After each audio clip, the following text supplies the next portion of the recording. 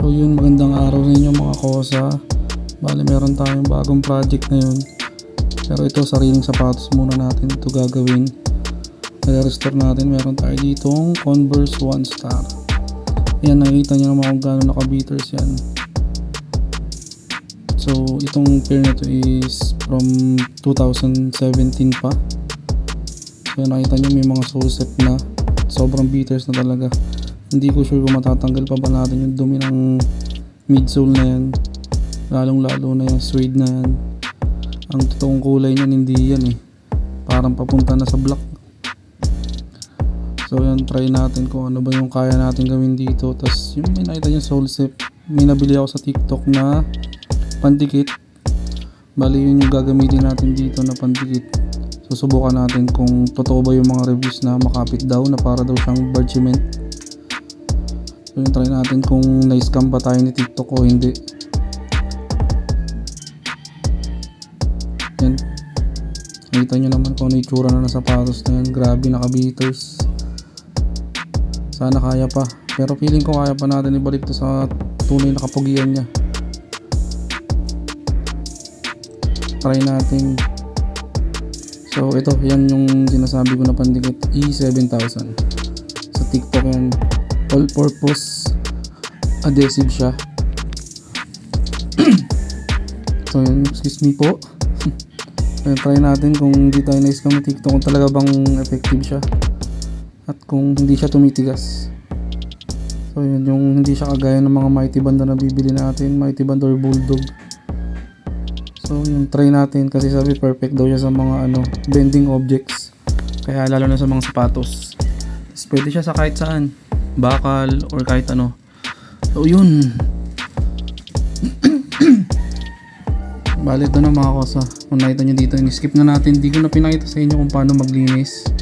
Kasi meron naman ako na-upload na tutorial kung paano mag-cleaning ng suede or na kahit anong sapatos. So ayan na, nakita nyo naman kung ano yung kinalabasan ng sapatos after malinis.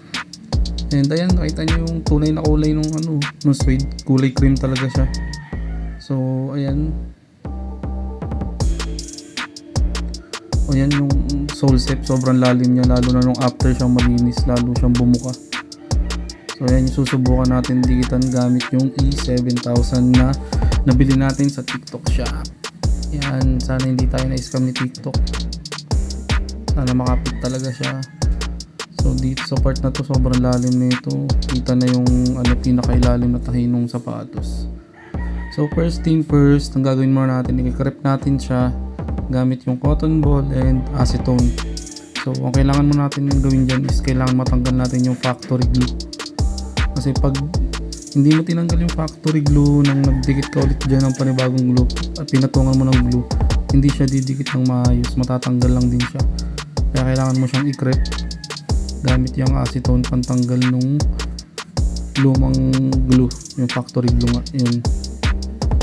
So yun dito, after nun, kailangan mo muna patuyuin yung acetone bago mo siya dikitan.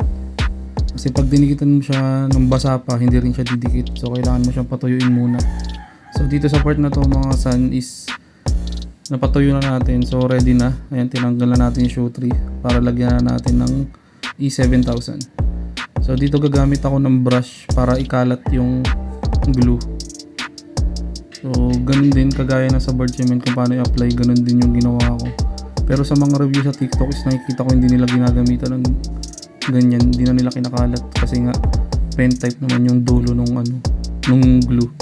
So yan, dito ganun din kung paano ina-apply sa bird cement, both sides lalagyan. Tapos after nyan, pag nalagyan na natin, papatuyuin muna natin yung both sides bago natin pagdikitin. So yun, sa part na to, tuyo na sila parehas yung both sides. Yan, bali pag didikitin na natin sila, applyan nyo lang ng pressure sa pagdikit para sure na makapit talaga. So yan, bali dyan ang inuna ko yung ilalim muna kasi nga malalim na yung sole set nya. Excuse me po ulit. So yan, pinipress-press lang natin dyan hanggang sa dumikit siya ng kusa. So ayun, tapos na tayo dun. Pakita ko sa inyo yung result after. Bali ito na, tingnan nyo naman mga kosa kung gaano kakapit. Hindi tayo na-scam ni TikTok. So So yun, effective nga yung E7000. O ayan o, nakita nyo naman, binibend ko na ng may pressure or may pwersa, wala kayo nakikitang bumubuka ulit. So goods, maganda talaga yung E7000. Alternative siya sa barge cement. Kung wala kayong pambili ng barge cement, pwede na yan, E7000. So ang kailangan na lang natin malaman is kung gaano ba katagal yung dikit ng E7000. So ayan, paulit-ulit ko siyang pinipiga-piga dyan para malaman ko kung talaga bang hindi siya bubuka ulit. So ayan, para sa akin recommended to, E7000. So yun, bali kung gusto nyo makiscore nyan, lagay ko na lang sa yellow basket ko para matry nyo din kung nagsasabi ba ako ng totoo. So ayan, tingnan nyo naman yung pwersa ko dyan, namumuti na yung makok ko dahil sa pagkakadiin. So ayan, wala, all goods. Maganda tong E7000 na to. Nabili ko siya sa TikTok shop, parang nasa 90 pesos lang, pero syempre may shipping fee. So yun, kung gusto nyo mag-Roxy nyan, lalagay ko na lang sa yellow basket ko sa baba. Tapos check out nyo na lang dyan mga kosa. Sa akin kayo mag check out. Okay, yun lang mga kosa, recommended yan, E7000. Promise, maganda siya. So tingnan na lang natin kung gaano siya katagal dyan kakapit. So ayun, okay tayo sa restoration natin ng Converse 1 star natin. Success tayo dyan. Yun lang mga kosa, ciao.